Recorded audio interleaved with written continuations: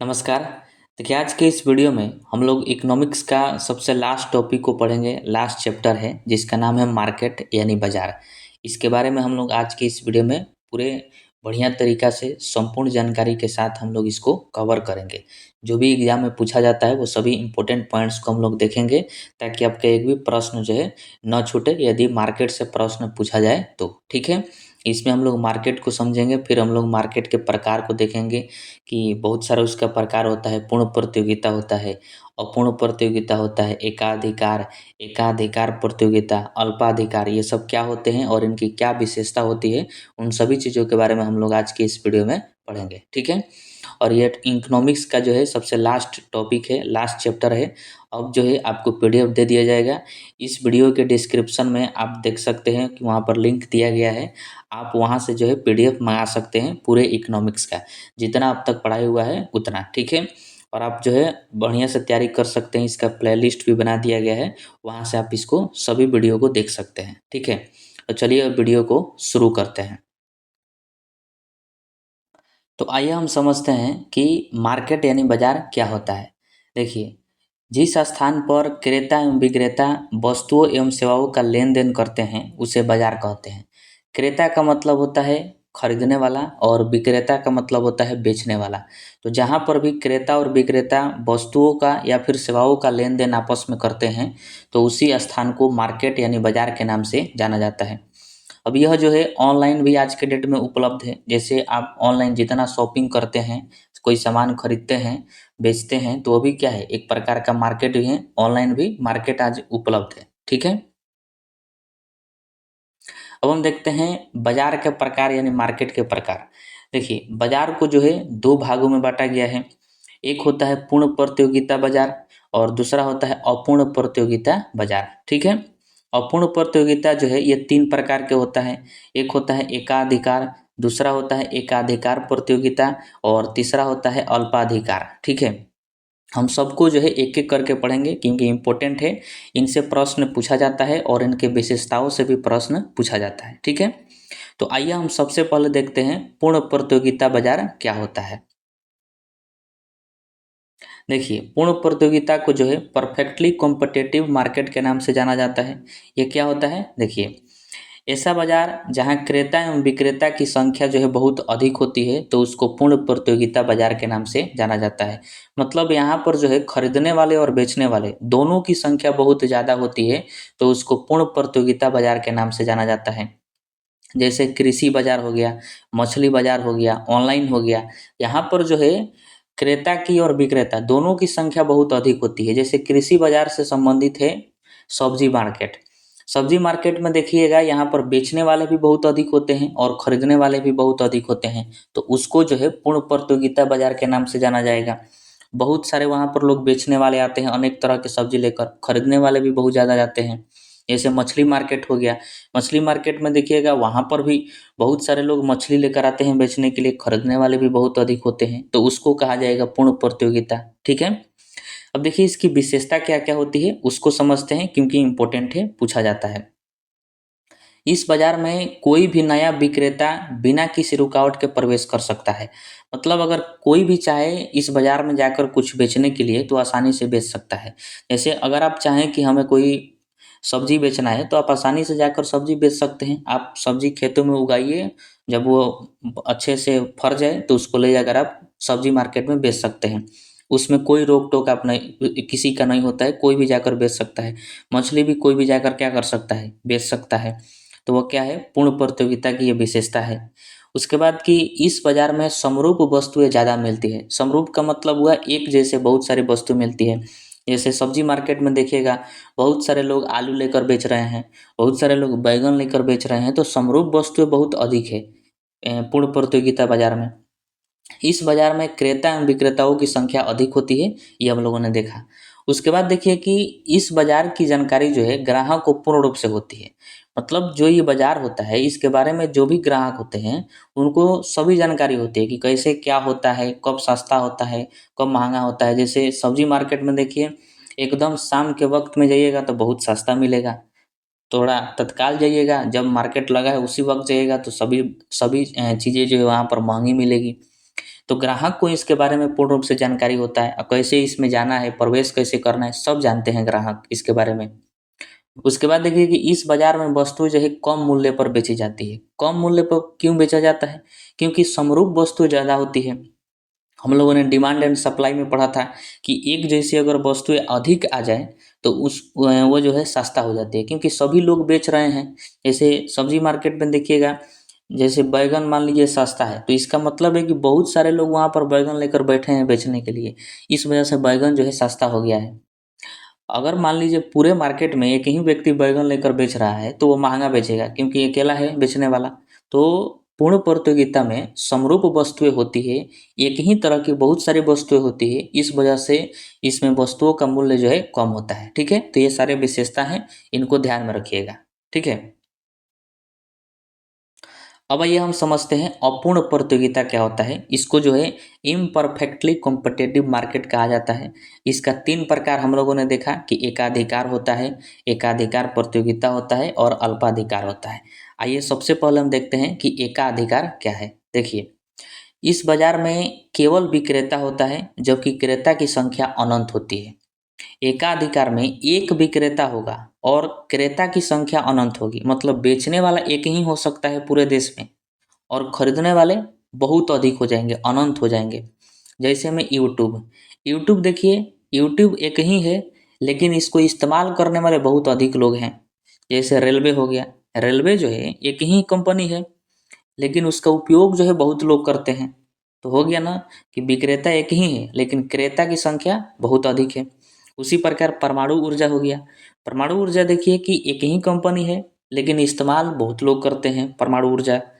वही उसी प्रकार बिजली हो गया, बिजली के लिए एक ही कंपनी है, एक ही कंपनी बिजली का उत्पादन करती है, भले उसका संस्था अलग अलग है लेकिन इस्तेमाल करने वाले बहुत लोग हैं। तो बेचने वाला एक ही हो, इस्तेमाल करने वाला बहुत अधिक हो, तो उसको जो है मोनोपोली यानी एकाधिकार बाजार के नाम से जाना जाता है। ठीक है, अब देखिए इसकी विशेषता क्या क्या है उसको समझते हैं। इस बाजार में नए फर्म के प्रवेश पर रोक है। नए फर्म का मतलब नया कोई कंपनी आए तो उसको रोक लगाया गया है इस बाजार में। जैसे कि बिजली हो गया, तो बिजली एकाधिकार बाजार के अंतर्गत आएगा, बिजली उत्पादन करना। तो अगर आप चाहें कि हम बिजली उत्पादन करेंगे और पूरे देश को सप्लाई करेंगे तो ऐसा नहीं हो सकता। इसके लिए लाइसेंस चाहिए, पेटेंट चाहिए, बहुत सारी चीज़ें हैं, ये हो ही नहीं सकता है। जैसे आप चाहें कि हम अपना परमाणु ऊर्जा खोलेंगे, नहीं हो सकता है। इसलिए इसका प्रवेश पर वो जो है अन्य व्यक्तियों को रोक लगाया गया है। अगला विशेषता है कि यह अलग अलग ग्राहकों से अलग अलग मूल्य वसूलता है। जैसे रेलवे हो गया, तो अगर किसी को पटना से दिल्ली जाना हो तो उसका अलग किराया है, अगर किसी को पटना से बम्बई जाना हो तो उसका अलग किराया है। अलग अलग ग्राहकों से अलग अलग किराया लेता है, अलग अलग मूल्य वसूलता है, जो मोनोपोली मार्केट होता है वो। ठीक है, उसी प्रकार देखिए कि इस बाजार में समरूप वस्तुएं जो है नहीं मिलती है, क्योंकि दूसरा कोई प्रवेश नहीं कर सकता, तो समरूप वस्तु नहीं मिलेगी। ठीक है, इस बाजार में लाइसेंस और पेटेंट आवश्यक होता है, लाइसेंस लेना बहुत मुश्किल होता है, इस वजह से दूसरा कोई प्रवेश ही नहीं कर सकता। अगला विशेषता है कि इसमें मूल्य निर्धारण स्वयं कंपनी करती है, जो भी कंपनी है वही मूल्य निर्धारण कर सकती है, दूसरा ग्राहक नहीं कर सकता। जैसे रेलवे, रेलवे ही निर्धारित करेगी कि पटना से दिल्ली जाना हो तो कितना भाड़ा लगेगा, कितना का टिकट आएगा। दिल्ली से अगर मद्रास जाना हो, चाहे कहीं भी जाना हो, तो कितना टिकट का पैसा लगेगा, वो सब रेलवे डिसाइड करेगा, ग्राहक के हाथ में नहीं होता है। उसके बाद देखिए कि इस बाजार की क्रियाओं के बारे में ग्राहक को कोई जानकारी नहीं होती है। जो मोनोपोली मार्केट होता है इसके बारे में ग्राहक को कोई जानकारी नहीं होती है। जैसे बिजली, बिजली कैसे बनता है, कैसे आता है, पूरे सप्लाई कैसे होता है, कौन क्या है, कुछ हम लोगों को पता नहीं है। तो ग्राहक को कोई जानकारी नहीं है, केवल ग्राहक उसका उपयोग करना जानता है, तो उसी को मोनोपोली मार्केट के नाम से जाना जाता है। अब आइए हम समझते हैं कि अपूर्ण प्रतियोगिता का जो दूसरा प्रकार होता है एकाधिकार प्रतियोगिता यानी मोनोपोलिस्टिक कंपटीशन मार्केट, उसके बारे में देखिए। इस स्थिति में एक ही तरह के उत्पाद या सेवा प्रदान करने वाले विक्रेताओं की संख्या अधिक होती है, उसको जो है एकाधिकार प्रतियोगिता कहा जाता है। इसमें क्या है कि विक्रेताओं की संख्या अधिक होती है और जो एक ही तरह के उत्पाद या फिर सेवा प्रदान करते हैं। जैसे में हॉस्पिटल, हॉस्पिटल देखिएगा कि बहुत अधिक है, यानी विक्रेताओं की संख्या इसकी जो है बहुत अधिक है, जो एक ही तरह के सेवा प्रदान करते हैं। जैसे जितने हॉस्पिटल हैं सब के सब जो है इलाज ही करते हैं, तो एक ही तरह के सेवा प्रदान करते हैं, और बहुत सारे हैं, इनकी विक्रेताओं की संख्या क्या है, अधिक है। उसी प्रकार बैंक हो गया, बैंक देखिएगा बैंक भी बहुत सारे हैं जो कि एक ही तरह के सेवा प्रदान कर रहे हैं, तो ये जो है एकाधिकार प्रतियोगिता के अंतर्गत आएंगे। उसी प्रकार स्कूल हो गया, स्कूल भी बहुत सारा है, यानी विक्रेता की संख्या क्या है, बहुत अधिक, जो एक ही तरह की सेवा दे रहे हैं, सभी के सभी जो है शिक्षा ही दे रहे हैं। उसी प्रकार उद्योग हो गया, साबुन उद्योग हो गया, तो ये सभी जो है एकाधिकार प्रतियोगिता के अंतर्गत आते हैं। विक्रेताओं की संख्या इनकी बहुत अधिक है, मतलब बहुत ज़्यादा हैं बेचने वाले, और जो कि एक ही तरह के उत्पाद पैदा कर रहे हैं, एक ही तरह की सेवा प्रदान कर रहे हैं, तो उनको एकाधिकार प्रतियोगिता के नाम से जाना जाता है। ठीक है, अब ये इनकी विशेषता समझते हैं। देखिए इनकी विशेषता क्या है कि इस बाजार में नई कंपनियों का आना मुश्किल होता है। ध्यान रखिएगा, इनका आना नई कंपनियों का मुश्किल होता है, ऐसा नहीं है कि रोक लगा है।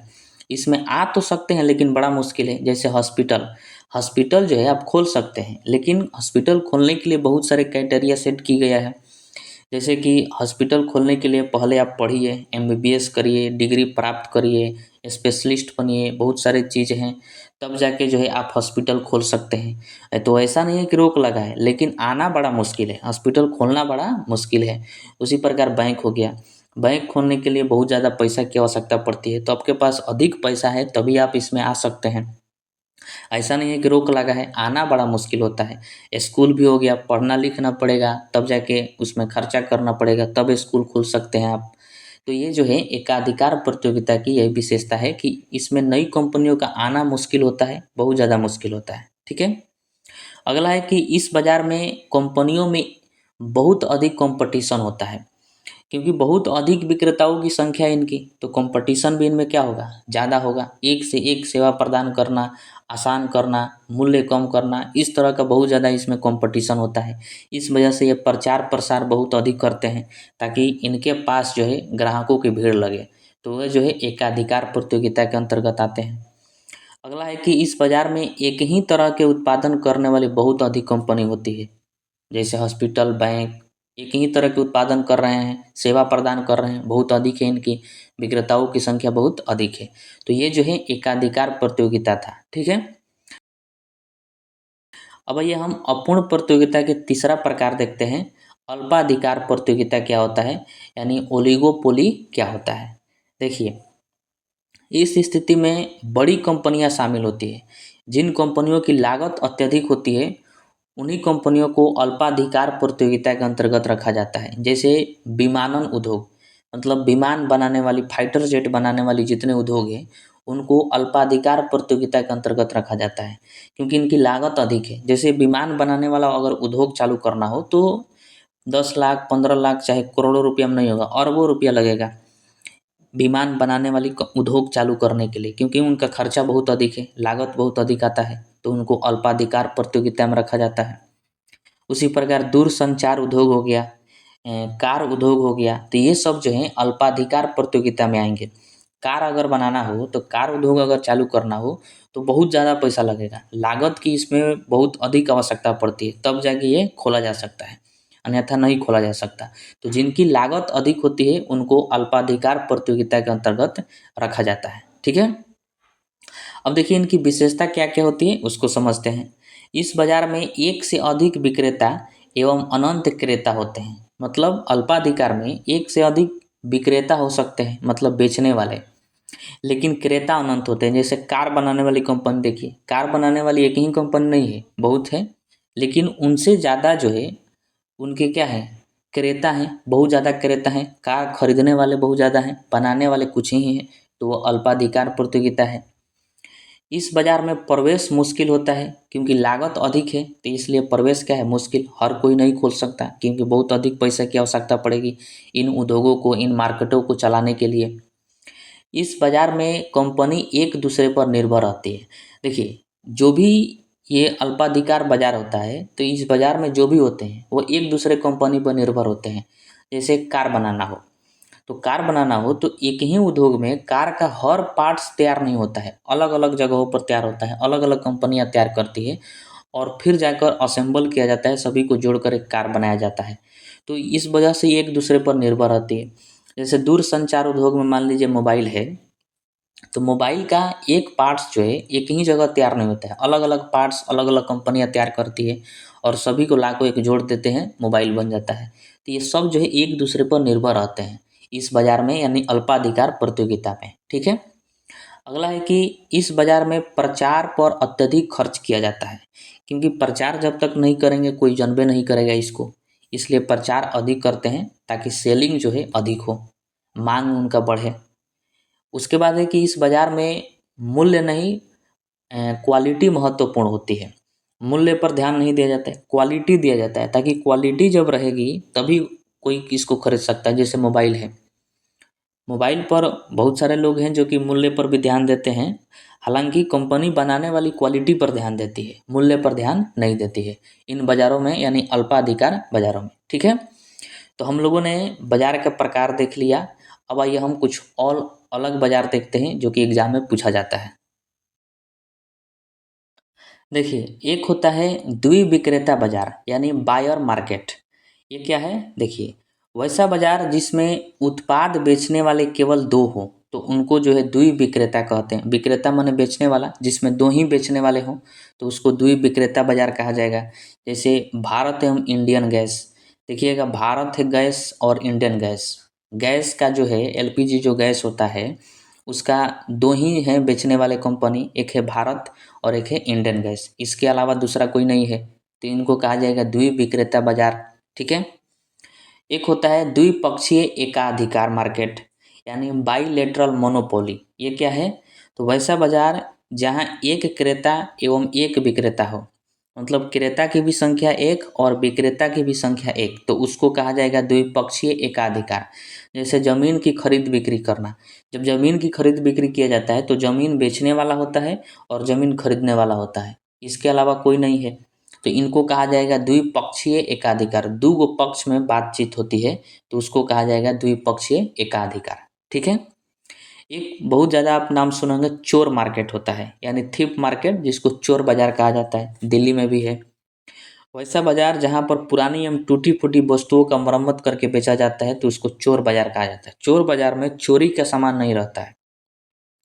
चोर बाजार में वैसे वस्तुएं रखा जाता है जो कि पुरान हो गई है। जैसे मान लीजिए कोई बिल्डिंग है और उस बिल्डिंग को जो है भसाना है, मतलब हटाना है उसको और उस स्थान पर नया बनाना है, तो उसमें जितने भी सामान हैं, पंखा हो गया, टीवी हो गया, जो भी हो गया, उन सबको निकाल लिया जाएगा। अब वो तो पुरान हो गए, तो उन सबको निकाल कर और कम दामों में बेच दिया जाएगा। तो उसको बेचने के लिए जो भी खरीदेगा तो उसको लाकर चोर मार्केट में लाएगा और फिर उसको किसी व्यक्ति से बेच देगा। मतलब पुराने दुराने जो चीज़ होते हैं, टूटी फूटी जो चीज़ होती है, उन्हीं को जो है जिस बाजार में बेचा जाता है उसको चोर बाजार यानी थीफ मार्केट के नाम से जाना जाता है।